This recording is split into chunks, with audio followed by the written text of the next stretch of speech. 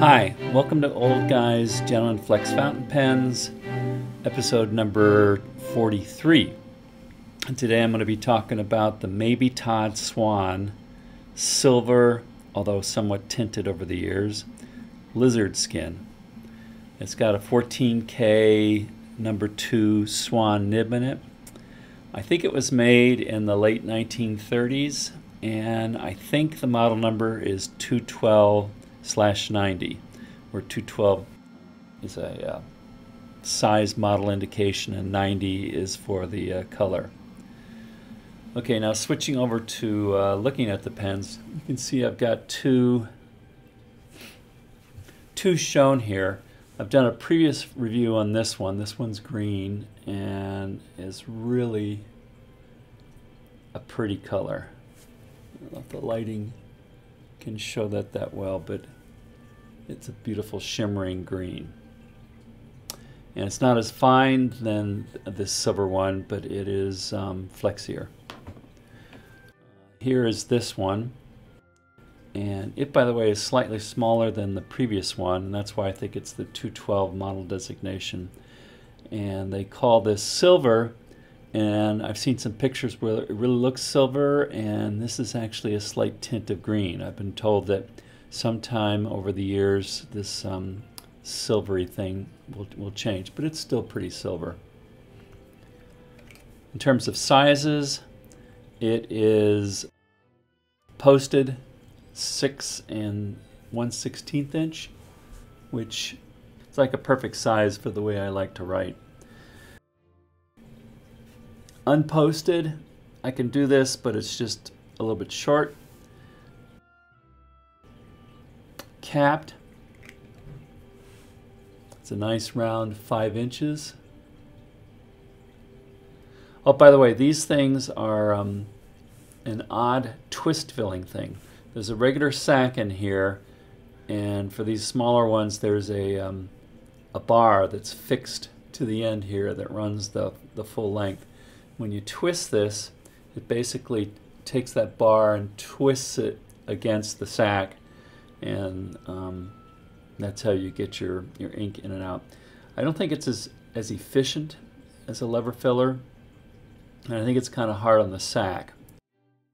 The section about midway is 5/16 of an inch, which is a little small for me.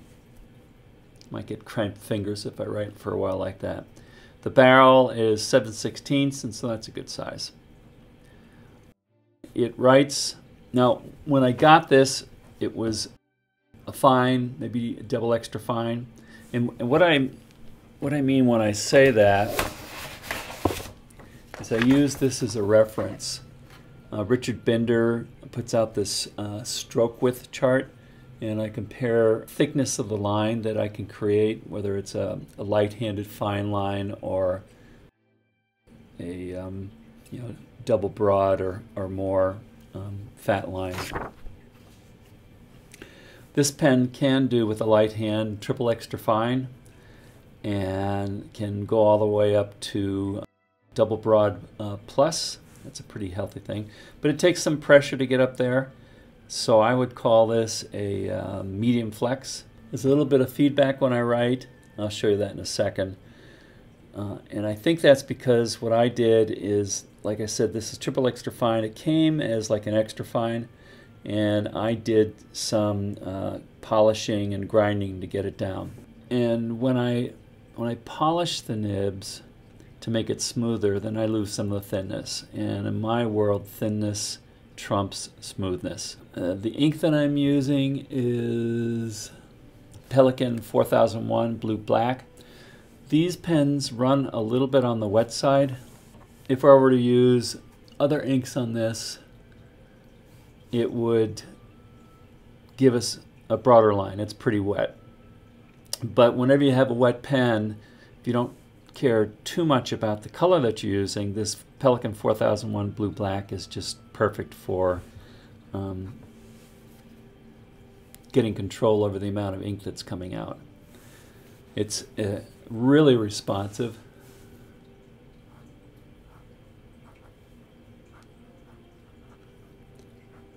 Of course, I don't have a really steady hand for this, but you can see how it really necks down as soon as I lift up. And the advantage of that is, when you want to go from dark to thin, you want to be able to spring back into the thinner line when you don't want shading anymore. When you write with a light hand, because of the ink, it almost dries immediately, but when you put a bunch of flexi lines on it, then of course it's going to be a lot wetter, but not too wet. I already talked about dimensions, so let's do a little bit of drawing, I guess.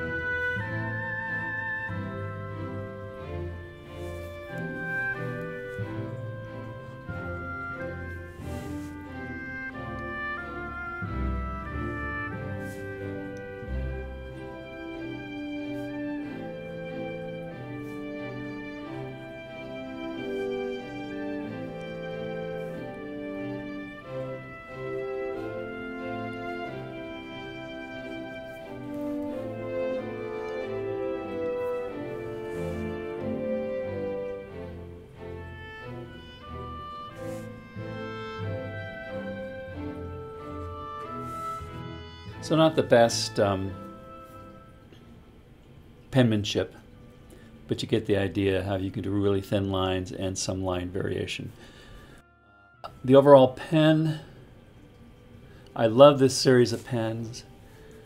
I have a blue one that is coming in the mail that I got recently, and they're not cheap, by the way. These are relatively rare pens. But I got a blue one coming in probably a couple weeks from England. This one actually I got from a owner in Israel. And there's one other color, red, or I think it might be called garnet. They seem to be the rarest, and I'll be hunting that color for a while. It's almost or just as spectacular as the green.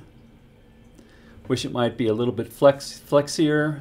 What I might do is see if I can find another number 2 nib at some point, a Swan number 2 that has more flex in it, put it in here. But even as it is, I'm going to enjoy writing with this. So that's the review. Hope you got some value out of it, and thank you for watching.